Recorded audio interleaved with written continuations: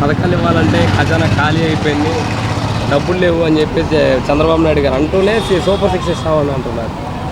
మరి అలాంటప్పుడు ఇవన్నీ అమలు చేయడం, మరి ఖజానా ఖాళీ అయిపోయిందని ఇప్పుడు ఫస్ట్లో అన్నీ స్టేట్మెంట్ ఇచ్చి ఇప్పుడు కాదంటే అది ఎంతవరకు కరెక్ట్?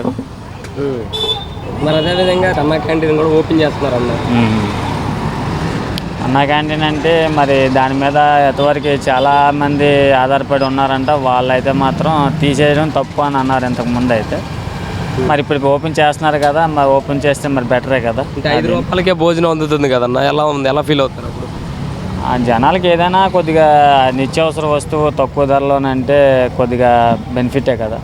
ఉచిత బస్సు ప్రయాణం మహిళలకు అని చెప్పేసి అన్నారు కదా, మహిళలకి ఉచిత బస్సు ప్రయాణం ఇస్తే మీలాంటి సామాన్యుల మీద భారం పడే అవకాశం ఉందా? అలాంటి సామాన్యుల మీద భారం పడే అవకాశం అంటే ఇంకేమున్నాయి, నిత్యావసర సరుకుల మీద వీళ్ళు ప్రజల మీద ఏమన్నా ఇంప్రూవ్ చేస్తే బరువు పడుతుంది.